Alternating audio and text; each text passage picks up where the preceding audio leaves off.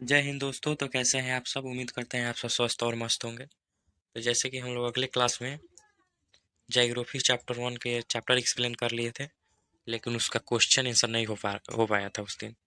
तो आज हम लोग इस वीडियो में ज्योग्राफी चैप्टर 1 के क्वेश्चन आंसर को करने वाले हैं।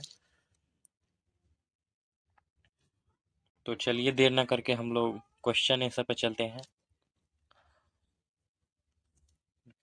फर्स्ट चैप्टर है हम लोग का मानव भूगोल प्राकृतिक एवं विषय क्षेत्र। मानव भूगोल क्या होता है, इसको पढ़ने वाले हैं। मानव भूगोल के प्रकार कितने होते हैं, इसको पढ़ने वाले हैं। ठीक है, देखते हैं इस क्वेश्चन में क्या क्या है। चलिए क्वेश्चन पे चलते हैं। पहला क्वेश्चन क्या है, मानव भूगोल से आप क्या समझते हैं? मानव भूगोल से क्या समझते हैं, यानी मानव भूगोल क्या है या मानव भूगोल से आप क्या समझते हैं? तो मानव भूगोल यानी मानव अपने अस्तित्व यानी मानव का इस धरती पर जब से जन्म हुआ, मानव क्या क्या चीज़ें बना पाया, यानी मानव भूगोल क्या चीज़ संसाधन उपलब्ध कर पाया, उसके बारे में हम लोग पढ़ने वाले हैं। ये सिंपली सब पूछा गया क्वेश्चन, मानव भूगोल से आप क्या समझते हैं या मानव भूगोल क्या है। तो इसको ऐसे बोल दीजिएगा लोग, यहाँ विज्ञान की वह शाखा, यहाँ पे भूगोल लिख सकते हैं। भूगोल की वह शाखा जिसमें पर्यावरण और मनुष्य के क्रियाकलापों के बीच के संबंध का अध्ययन किया जाता है, उसे मानव भूगोल कहते हैं। मानव भूगोल के जनक रेटजेल को माना जाता है। हालांकि ये लिखना जरूरी नहीं है, क्योंकि अगर इसको लिख देते हैं तो हमारा नंबर नहीं कटेगा, इसलिए हम लोग इसको लिखे हैं। मानव भूगोल के जनक कौन है? रेटजेल है, जिन्होंने बताया कि मानव और पर्यावरण दोनों एक दूसरे के पूरक हैं। यानी मानव और पर्यावरण दोनों एक दूसरे के पूरक हैं, यानी जिसके अस्तित्व एक दूसरे पर निर्भर करता है। जो मानव मानव है और पर्यावरण दोनों एक दूसरे के पूरक है, यानी एक के बिना दूसरे का अस्तित्व है। अगर मानव नहीं रहेगा तो पर्यावरण नहीं रह पाएगा, और पर्यावरण नहीं रहेगा तो मानव नहीं रह पाएगा, यानी दोनों एक दूसरे क्या है, पूरक है। यानी इसको कैसे बोला जाएगा, भूगोल की वह शाखा जिसमें पर्यावरण और मनुष्य के क्रियाकलापों के बीच संबंध का अध्ययन किया जाता है, उसे मानव भूगोल कहते हैं। यानी पर्यावरण और मनुष्य के क्रियाकलापों के बीच संबंधों का अध्ययन किया जाता है, उसे मानव भूगोल कहते हैं। और मानव भूगोल के जनक किसे कहा जाता है? तो रेटजेल को माना जाता है, जिन्होंने बताया कि मानव और पर्यावरण दोनों एक दूसरे के पूरक हैं, एक के बिना दूसरे का अस्तित्व संभव नहीं है। यानी एक के बिना दूसरे का अस्तित्व संभव नहीं है। चलिए अगले प्रश्न पे चलते हैं। अगला प्रश्न क्या है हमारा, मानव भूगोल के उपक्षेत्र के नाम लिखे। यानी मानव भूगोल के उपक्षेत्र के नाम लिखे। तो मानव भूगोल के निम्नलिखित उपक्षेत्र हैं, ऐसे पूछेगा मानव भूगोल के उपक्षेत्र के नाम लिखे, तो लिख लीजिएगा लोग, मानव भूगोल के निम्नलिखित उपक्षेत्र हैं। एक में है कृषि उपक्षेत्र, अनेक उपक्षेत्र है। सामाजिक कल्याण भूगोल क्या है, जनसंख्या भूगोल, पर्यटन भूगोल, औद्योगिक भूगोल,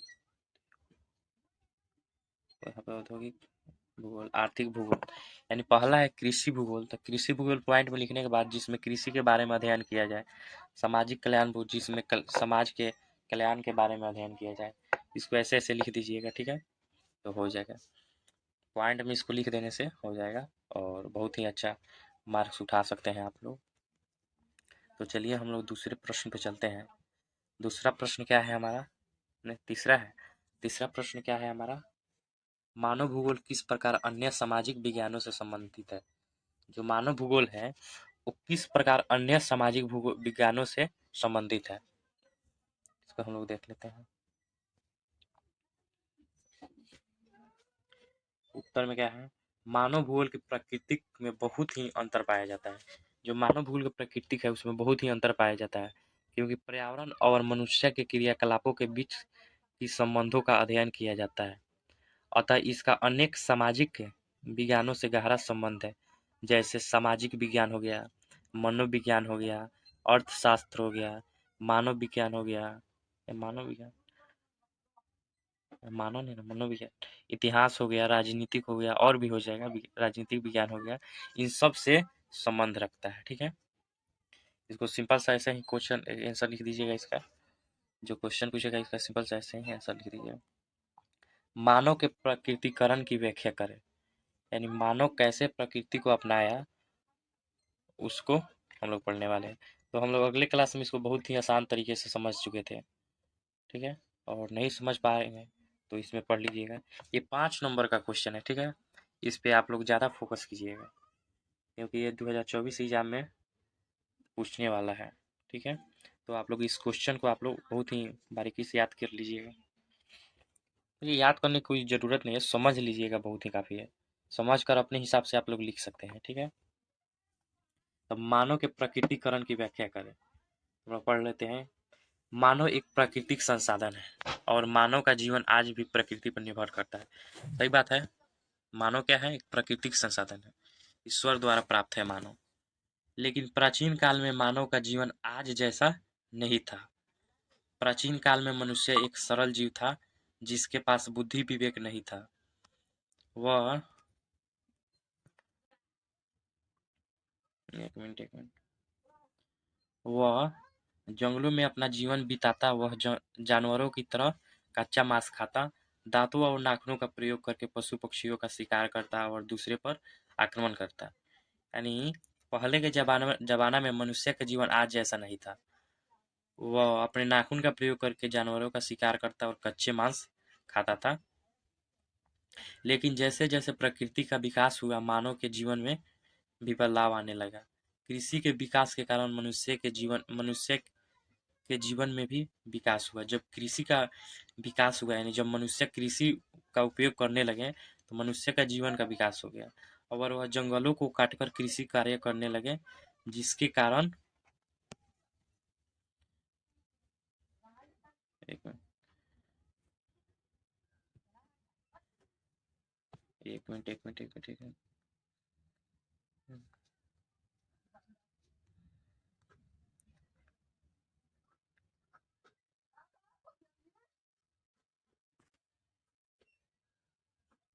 यानी जिसके कारण उसे खाने के लिए अनाज प्राप्त होने लगा। जब मनुष्य कृषि का आविष्कार किया और वह जंगलों को काटकर अनाज उत्पादन करने लगा, तो जिसके कारण उसे खाने के लिए अनाज भी प्राप्त होने लगा। जब आग का आविष्कार हुआ, तो मानव पक्का हुआ मांस खाने लगा। यानी जब आग का आविष्कार हुआ, तो मनुष्य पक्का हुआ भोजन खाने लगे, जो कच्चे भोजन की तुलना में काफी स्वादिष्ट था। जब धातुओं का खोज हुआ, तो मानव धातु के हथियार बनाने लगे, जिससे मानव का अधिक प्रकृतिकरण हुआ। लेकिन तकनीकों के विकास ने मनुष्य के जीवन को ही बदल कर रख दिया, जिसके कारण मनुष्य को आवास, वस्त्र, वाहन और ऊर्जा, सौर ऊर्जा आदि विभिन्न प्रकार की सुविधाएं प्राप्त होने लगी। इस प्रकार इस प्रकार मानव का प्रकृतिकरण हुआ। यानी मानव इतना आगे कैसे बढ़ गया, प्रकृति को कैसे अपनाया। तो पहले मनुष्य क्या था, एक सरल जीव था, एक साधारण जीव था। वह जंगलों में अपना जीवन बिताता और नाखून और दांतों का प्रयोग करके क्या बोलते हैं, जानवरों का शिकार करता और उस जानवर को कच्चा मांस खाता। लेकिन जब कृषि का विकास हुआ, जब मनुष्य ने कृषि का विकास किया, तो उसके जीवन में भी बदलाव आने लगा और वह कृषि कार्य करने लगा। जब आग का आविष्कार कर लिया, तो कच्चे मांसों को पकाकर खाने लगा। तो कच्चे मांसों की तुलना में पक्के मांस बहुत ही स्वादिष्ट है।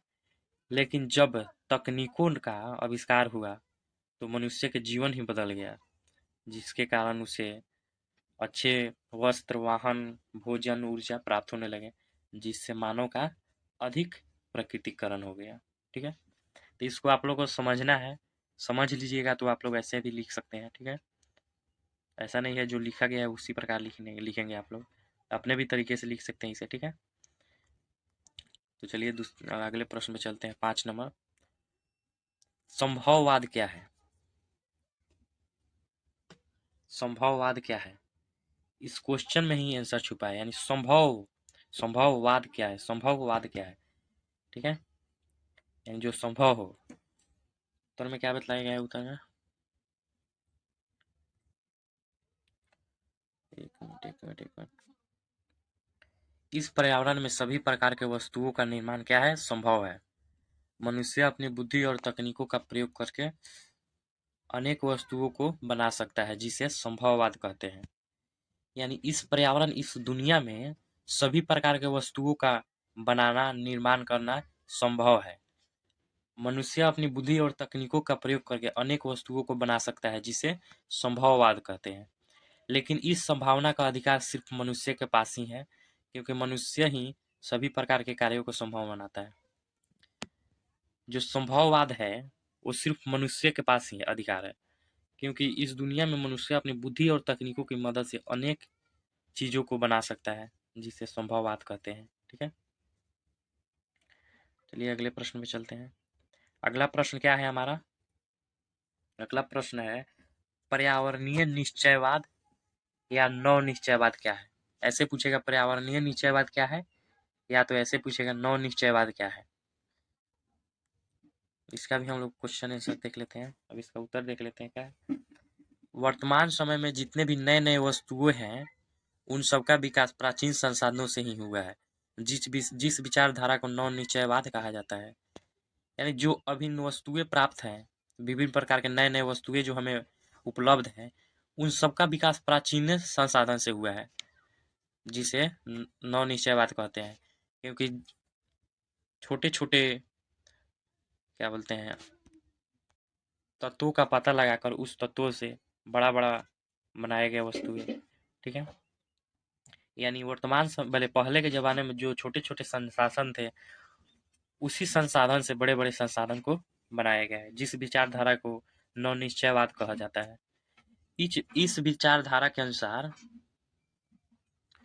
इस विचारधारा के अनुसार भौगोलिक संरचना, जलवायु, पेड़ पौधे, जीव जंतु मिलकर पर्यावरण का निर्माण करते हैं, जिसमें मनुष्य की भूमिका सबसे अधिक होती है।